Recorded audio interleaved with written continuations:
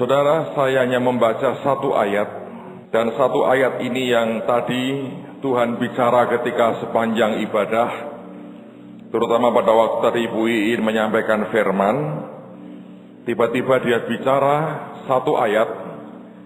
Saya tidak menyiapkan ini sebelumnya, saya tidak menduga dia mau berbicara seperti ini, tapi saya hamba, maka saya punya tugas untuk menyampaikan pesan Tuhan. Yohanes pasal yang ke-10, lihat pada ayat yang ke-9. Yohanes 10 pada ayat yang ke-9. Yesus berkata begini, "Akulah pintu. Barang siapa masuk melalui aku, ia akan selamat, dan ia akan masuk dan keluar dan menemukan padang rumput." Yesus berkata, "Akulah," apa saudara? Pintu. Coba Anda dengarkan apa yang Tuhan tadi katakan kepada saya. Saudara, Tuhan ngomong begini aneh sekali memang. Dia berkata, "Nak, aku ini pintu. Dan pintuku," kalau Anda melihat ini gambaran gerbang, gate, pintu, gerbang. Dia berkata, "Aku ini pintu." Sekarang kalau orang masuk ke pintu ini, dia berkata begini, ini tergantung dari sikap hati mereka.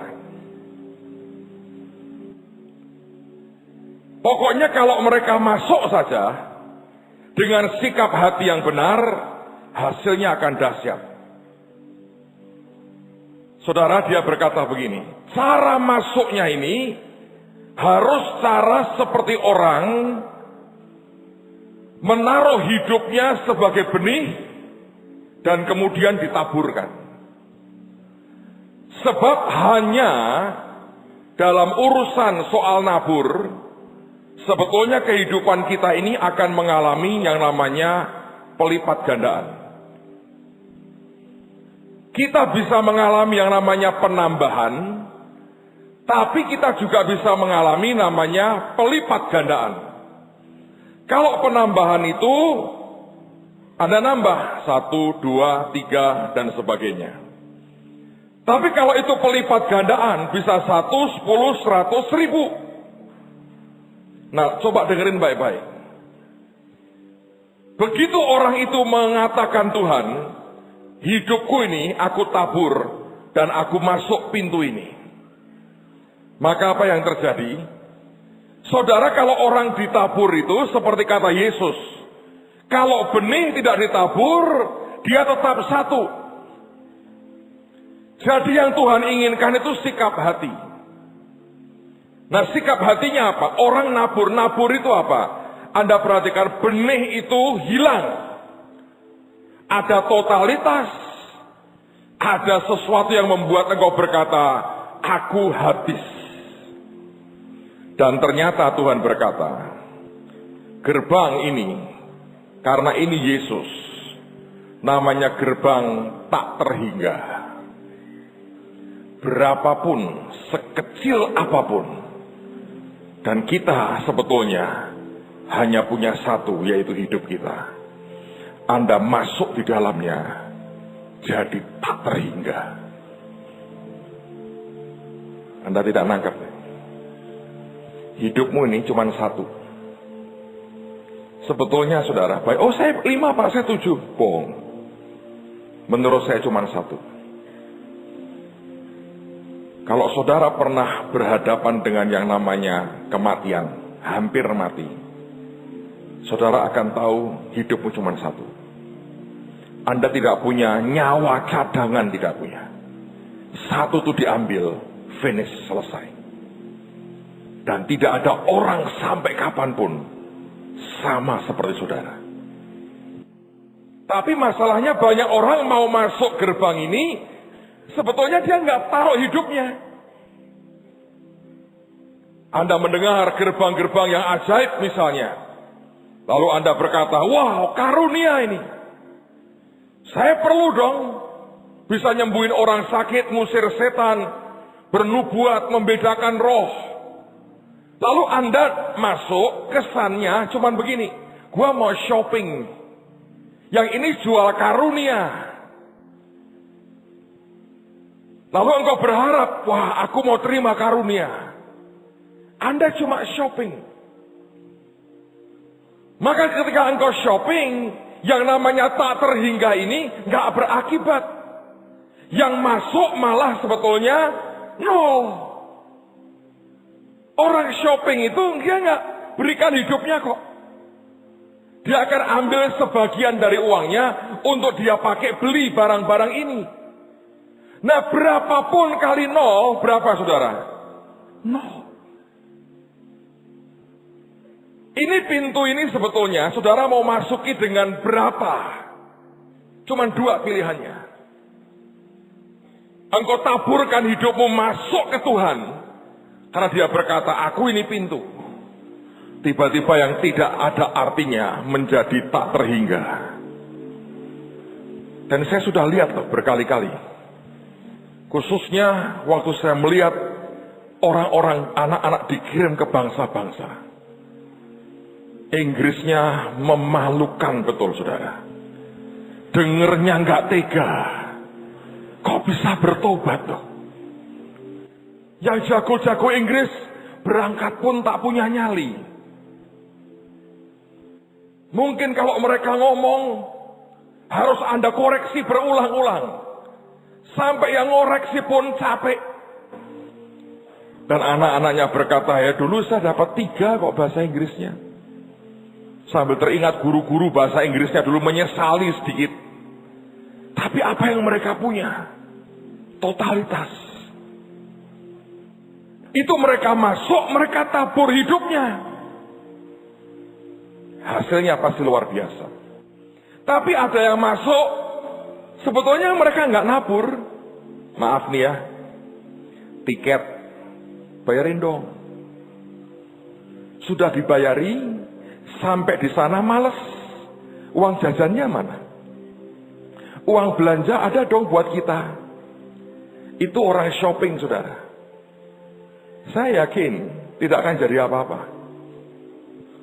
Tapi orang yang berani dengan totalitas dia berkata, Tuhan, ini sebuah gerbang kau beri. Engkau berkata, aku masukkan hidupku. Anda menjadi tak terhingga. Begitu Anda pulang, orang berkata, tidak nyangka ya kamu kayak begitu. Saudara, ada sekelompok anak muda kami ke Cina. Dia dapat bagian daerah Beijing dan sekitarnya. Maka dia masuk ke daerah Tiananmen. Dia bawa beberapa orang gereja, anggota gereja bawah tanah Cina. Ini rada keren ceritanya saudara. Anggota gereja bawah tanah Cina itu orang-orang yang tidak takut mati, siaplah pokoknya. Tapi mereka berkata kepada orang-orang Indonesia ini, kita nggak berani nginjil di Tiananmen tuh bunuh diri. Ketangkap pasti itu polisinya banyak, intelijennya banyak. Bisa kok. Dulu hamba-hamba Tuhan datang ke sini menari bisa. Aku sudah lihat klipnya. Jadi kita juga mau. Bisa katanya. Lalu mereka masuk sampai ke Forbidden City, ngaca-ngaca istana. Nah itu kalau Anda lihat itu di bagian tengah itu ada seperti tangga, bukan tangga sih. Gambarannya Anda tahu ornamen apa, itu katanya dulu tempat raja-raja Cina naik saudara. Zaman kami yang naik Stephen itu dengan tenang naik di depan tentara. Tentaranya ini bingung antara lihat kaisar atau lihat orang gak jelas. Berdiri begini saudara, mau negur takut ini kaisar yang hidup kembali atau apa, bingung. Jadi jalanlah dia dengan teng. Negur pun tidak. Jadi mereka berkata, dulu katanya Stephen tuh bisa. Jadi mari kita juga jalan, kita kan juga golongan raja-raja ya katanya. Di tengah orang banyak, nekat 3 orang jalan. Sampai di ujung, yang paling terakhir diteriakin tour guide-nya. Hei! Pura-pura gak dengar, langsung jalan. Bisa. Terus nginjil dengan bahasa haleluya. Nenek moyangnya memang orang Cina. Tapi hanya soal Jian yang tahu. Yang di luar Jian tidak tahu, saudara. Tapi bagi Gelang ngomong sebisanya. Ini beberapa orang anggota gereja bawah tanah lihat, loh kok kamu bisa ya? Bisa kan? Ikut katanya, minta gelang. Nah ini orang tidak takut mati, saudara. Minta gelang, ninjil khotbah nitian amen. Dan ajaib sekian jam mereka di sana. Nggak ada polisi, nggak ada siapa-siapa. Sampai mereka pulang, orang-orang gereja bawah tanah berkata, kalian memberi inspirasi buat kami. Kok bisa? Sebab pintu ini, pintu tak terhingga. Kalau saudara hanya mau shopping, penuaian. Kalau mawar biru saya nggak kepengin, Bu. Berlian gede ini saya mau. Tambang saya oke, emas oke, buah bisa beli kapan-kapan. Saya shopping begini. Anda masuk dengan nol. Berapapun yang disediakan hari ini dikalikan nol yang engkau bawa, berapa hasilnya? Nol. Saudara, Anda dengan Tuhan itu cuma begini. Siapa mau jadi penentunya? Tapi ini soal perkalian, soal multiplikasi. Kalau engkau berkata engkau Tuhan penentunya, taruh hidupmu yang satu itu masuk gerbang, berkata ini totalitas hidupku Tuhan. Tiba-tiba Anda jadi tak terhingga. Tapi kalau engkau berkata saya yang kendalikan, berapapun yang Tuhan punya, tak terhingga yang dia punya, dikalikan dalam hidupmu. Hasilnya berapa, saudara? Nol. Maka menangislah Yesus. Semua yang gede habis di tangan saudara. Mengapa banyak orang berkata, Pak, saya ngerjakan semua kok habis? Sebab gerbangnya Anda bukan Yesus. Tuhan punya berapapun masuk ke saudara, nol jadinya. Dan dia berkata, akulah pintu. Bisakah kita berkata, Tuhan, aku taruh hidupku, masuk kemari. Ini pintu ajaib, saudara. Dan kalau, ini poin berikutnya ini, Anda masuk ini ya, dengan totalitas seperti itu, jaminannya itu luar biasa. Saya teringat cerita seorang hamba Tuhan. Kebetulan lusa akan 3 hari KKR di tempat kami. Dia pernah ke Semarang, menurut saya sudah lebih dari 18 tahun yang lalu. Selama beberapa tahun pertama dari pelayanannya. Namanya John Bevere. Orang ini dulu adalah pendeta muda atau youth pastor tepatnya dari gerejanya pendeta Benny Hinn yang di Orlando. Dia mengabdikan dirinya selama beberapa tahun melayani orang-orang muda di gerejanya Benny Hinn. Dulu Benny Hinn menggembalakan gereja di Orlando, namanya Orlando Christian Center, OCC. John Bevere ini adalah pendeta untuk youth pastornya. Suatu hari ketika dia berdoa, Tuhan ngomong ke dia, John, sudah waktunya. Kamu selesai dengan tugasmu di OCC ini. Aku akan membukakan pintu baru bagimu. Lalu kemudian dia berkata begini, Tuhan, kalau boleh, engkau bicara dong dengan gembalaku. Supaya dia juga terima konfirmasi, aku harus selesai dengan tugasku di gereja ini. Dia hanya berdoa itu 1 kali. Hari Minggunya, kebaktian Minggu pagi, dia dengan istrinya, dengan anak-anaknya duduk di depan, dan semua pendeta duduk di depan, Benny Hinn khotbah. Di tengah-tengah khotbahnya dia berhenti dan dia tunjuk John Bevere. Dia berkata, John, semalam aku berdoa dan Tuhan berkata, tugasmu di gereja ini sudah selesai. Tuhan akan memberikan kepadamu pintu yang baru. Dia kaget, saudara. Dia nangis, didoakan, dan langsung dilepas, saudara. Benny Hinn baik, dia berkata, aku punya banyak ribuan pendeta di Amerika. Aku bisa tulis surat kepada mereka, merekomendasikan pelayananmu, kalau engkau mau. Dia bilang, enggak, terima kasih. Aku mau biarkan Tuhan membuka pintu baru bagiku. Saudara, Anda mengerti, 3 bulan dia tunggu. Tidak ada undangan khotbah, tidak ada pintu apapun. Hanya nganggur di rumah, tiap hari berdoa baca Alkitab. Lama-lama frustrasi. Benny Hinn dengar John Bevere masih nganggur, Ditelepon, John, kalau kamu belum ada tugas baru, balik dulu ke gereja nggak apa-apa. Nanti sambil kamu pelayanan part-time juga nggak apa-apa. Kalau supaya kamu tidak nganggur. Dan dia berkata, izinkan aku berdoa lagi. Dia doa lagi, dia bilang, Tuhan, mana pintu baru yang kau sediakan? Suatu pagi, anaknya paling gede datang ke kamarnya. Dan dia lagi frustrasi. Dan dia berkata begini, kalau hari ini tidak ada pernyataan Tuhan apa-apa, aku akan balik melayani lagi di OCC. Tapi pagi itu sebelum dia keluar kamar, anaknya paling gede. Dan pada waktu itu anak itu dibaptis dia di gereja kami, saudara, di Semarang. Yang baptis bapaknya, dia baptis anaknya yang paling gede. Yang paling gede ini datang ke papinya, dia berkata, Dedi, tadi malam aku didatangi Tuhan Yesus. Nah ini ayahnya bilang, anak kecil mungkin mimpi atau halusinasi atau berkhayal. Dia nggak terlalu perhatikan. Tapi kemudian dia bertanya gini, Tuhan ngomong apa? Sekedar iseng nanggapi akan anaknya, supaya jangan sampai dikira tidak ditanggapi. Anaknya berkata, tadi malam Tuhan Yesus datang ke kamarku. Dan dia berkata begini, beritahu dedimu, aku akan membukakan pintu baru baginya.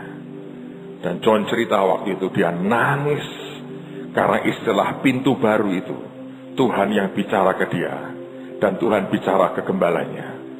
Tapi anaknya tidak pernah ngerti ada istilah pintu baru. Dan dia bilang, waktu anakku ngomong, Yesus berkata, aku bukakan pintu baru. Dia nangis, dia minta ampun dengan Tuhan.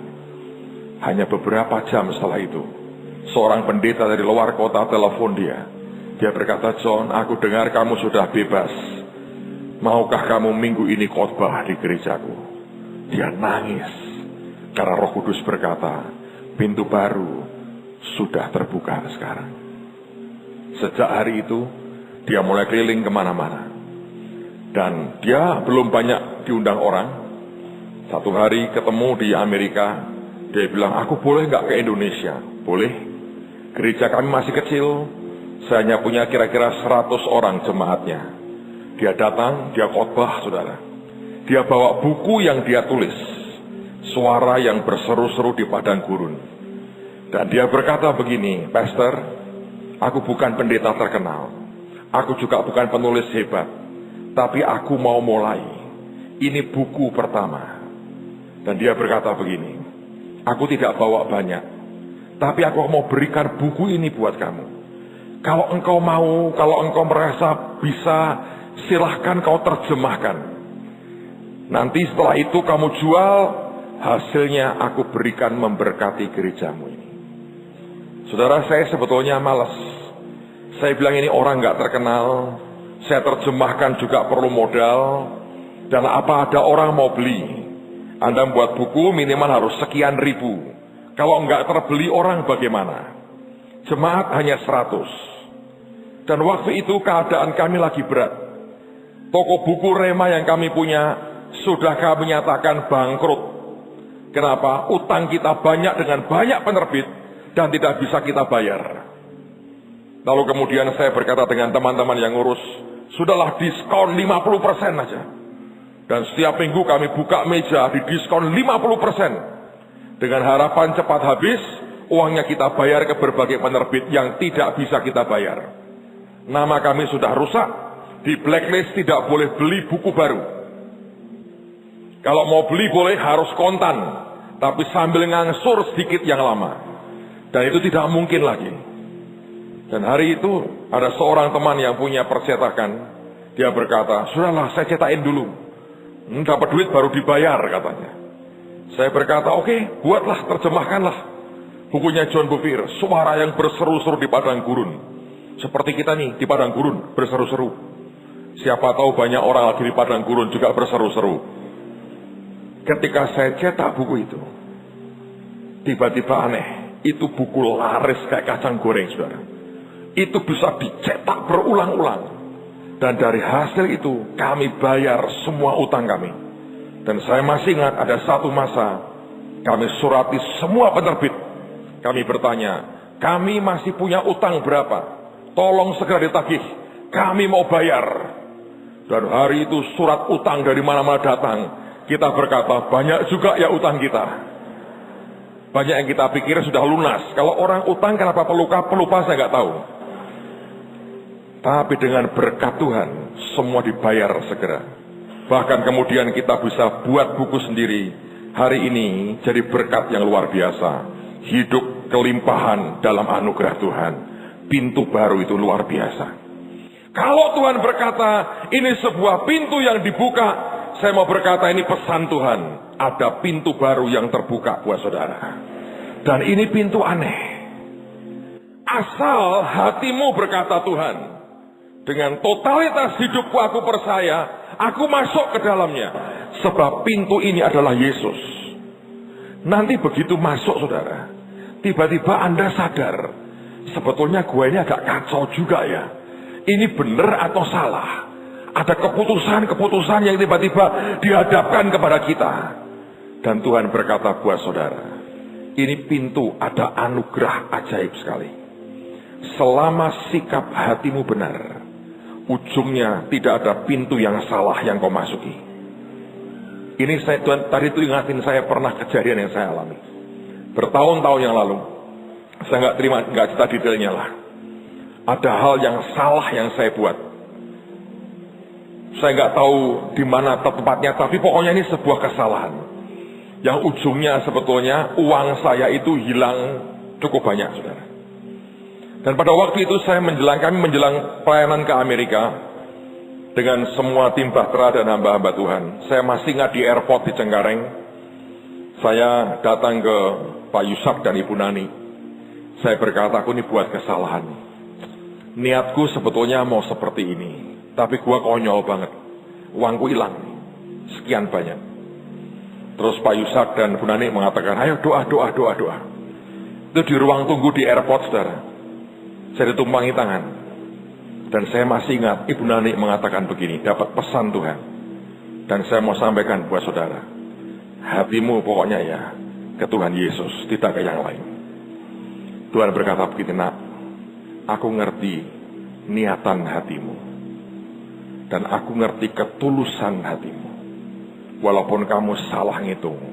Dan kamu buat kekonyolan.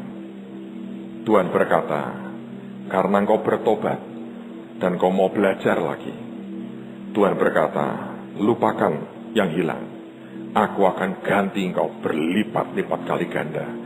Sehingga jumlah itu jadi tidak berarti buat hidupmu. Karena aku ganti berlipat-lipat kali ganda. Saya bersaksi buat saudara, Tuhan buktikan dalam kehidupan saya, yang hilang itu seperti yang dia berkata, tidak akan berarti lagi buat hidupmu. Karena Tuhan mengganti berlipat-lipat kali ganda. Kadang-kadang dalam kehidupan kita ini, ada sebuah kesalahan yang orang berkata fatal ini. Tapi pintu ini berkata, aku Yesus Tuhan. Barang siapa masuk melalui aku, dia berkata, dia akan diselamatkan. Dan dia mengatakan, dia akan masuk dan keluar. Dan dia akan mendapatkan padang rumput yang hijau. Saudara sekalian, pintu ini adalah Yesus sendiri. Yang awal tadi Bu In berkata, Anda harus bisa ngerti hatinya, nangkap kerinduannya. Kalau Anda kerjakan dengan hati yang benar, apa yang selama ini kacau dalam hidupmu, tahun yang baru ini, Tuhan akan beresi dengan cara yang ajaib. Tapi kalau motivasi hatimu sudah ngawur, Anda jalan dalam kesombonganmu, tidak akan ada yang tertolong lagi. Tapi kalau Anda berkata begini, Tuhan, ini aku datang bukan untuk shopping. Aku bukan mau ambil yang terbaik hanya buat aku yang aku pikir enak. Tapi aku masuk dengan sebuah totalitas. Karena gerbangnya adalah Engkau sendiri. Begitu Anda masuk melaluinya, Anda akan lihat loh, tangan Tuhan mengerjakan dengan cara yang luar biasa. Yang cuma satu engkau punya, engkau masuk ke dalamnya menjadi tak terhingga. Dan itu bukan karena kemampuan kita, tapi karena Tuhan yang mengerjakannya dalam hidupmu dan dalam hidup saya. Amen, saudara. Anda mesti gabungkan semuanya tadi. Anda akan lihat anugerahnya ajaib buat kita. Saya tidak akan cerita panjang, tapi saya mau berkata kepada semua kita, akulah pintu, kata Yesus. Barang siapa masuk melalui aku, dia akan diselamatkan. Dia akan masuk dan keluar, dan dia akan mendapatkan padang rumput yang hijau. Yang percaya katakan amin. Yang percaya katakan amin. Yang percaya katakan amin. Ini pintu dahsyat sekali. Ini pintu luar biasa. Aneh. Begitu Anda masuk, tuntunan Roh Kudus akan menyambar Anda. Tour leadernya Holy Spirit. Welcome to the most precious gates. Dan dia berkata, my name is Holy Spirit. Come with me. I'll show you the glory of Jesus. Anda akan dibawa jalan dalam kemuliaan Yesus yang luar biasa. Orang berkata, orang dari kampung mana dia? Tiba-tiba luar biasa. Kita berkata, aku cuma dari kampung, tapi aku taruh hidupku dalam dekapan Yesus yang tak terhingga. Dan tiba-tiba hidup kita akan jadi tak terhingga. Orang berkata, kok bisa ya? Kenapa bisa seperti itu? Bukan karena kita. Yesus yang tak terhingga. Yesus yang ajaib itu, yang bawa kita from glory to glory. From glory to glory. From glory to glory. From glory to glory. Jalan dengan dia. Masuki pintunya. Dia bukan benda. Dia pribadi Yesus. Angkat tanganmu di hadapan Tuhan. Engkau Tuhan yang luar biasa. Hari kami berkata, Engkau Master kami. Dan Engkau Singa Yehuda. Dan Engkaulah Yesus kami yang luar biasa. Mari berdiri sama-sama dalam anugerahnya. Semua orang yang tahu Anda bergaul dengan siapa akan jadi sebuah warna dalam hidupmu. Anda bergaul dengan pecundang, orang yang loser, Anda akan jadi pecundang. Anda bergaul dengan orang yang berpikir positif, cara berpikirmu akan berbeda. Anda bergaul dengan orang yang punya bakat, kemampuan yang luar biasa, itu akan nular dalam hidupmu. Saya orang yang diberkati Tuhan. Saya bergaul dengan banyak orang. Saya bersyukur dengan bahtera. Saya bergaul dengan Ibu Iin misalnya. Ini beliau seperti tambang istilah saya. Dalamnya apa? Banyak kejutan. Jangan dibongkar pakai dinamit, akan dilempar balik ke saudara. Anda harus menggali dengan tenang dalam ketepatan. Anda akan menemukan banyak hal. Kadang meletihkan, panas Pak, tambang saudara. Mana ada tambang, ada kipas anginnya, nyentrong gak ada. Orang masuk tambang belepotan semua. Tapi saya bersyukur, saya bukan orang yang ingin mengklaim semua apa yang saya punya. Saya bergaul dengan dia. Satu hari, beberapa minggu lalu, pendeta Tommy Barnett datang di Semarang. Dia pastor of pastors di Amerika, bekas presiden dari gereja sidang jemaat Allah seluruh dunia. Ini orang kenal dengan banyak presiden Amerika, penasihat banyak senator di Amerika. Usia sudah 75 tahun. Dia dirikan akan Dream Center di LA, dan di Amerika ada 200 Dream Center dia dirikan. Dia ketemu dengan saya sampai ketawa geli. Dan anak saya melirik ke saya yang laki. Di depan jemaat, kata ngobrol dengan saya, dia berkata begini, pendetamu ini, the most inspirational man in the world, katanya. Saya ketawa geli, sebetulnya beberapa idenya dia yang cerita dengan saya.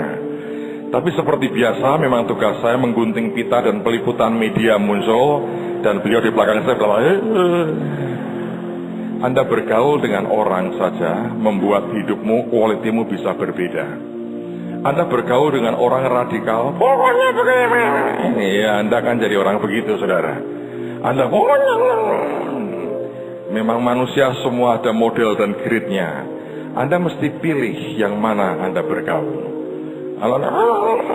Anda nasihati pun percuma. Kalau orang begitu tanya nasihatmu, percayalah, dia hanya pengen mendengar engkau membenarkan dia, tidak pengen dengar nasihat kok. Ujungnya toh Anda omongin apa tidak dikerjakan. Tapi kalau Anda bergaul dengan Yesus, itu tak terhingga, saudara. Tak terhingga, ngerti saudara? Tak terhingga, tak terhingga. Saudara tahu kenapa saya berkata tambang? Dari mana sebetulnya visi bangsa-bangsa dimulai? Di SHRK, beliau cerita dengan saya. Pas kita nyembah, Tuhan cerita soal Korea Utara. Betul ya Bu ini ya? Di situ, di ujung situ. Jadi ada atmosfer kreativitas juga di sini dan visi besar, saudara. Dan dia mulai ngomong soal Korea Utara. Lakinya pendek-pendek, memang betul katanya saudara. Sengsara banget di sana. Dan kita bawa orang ke bangsa-bangsa.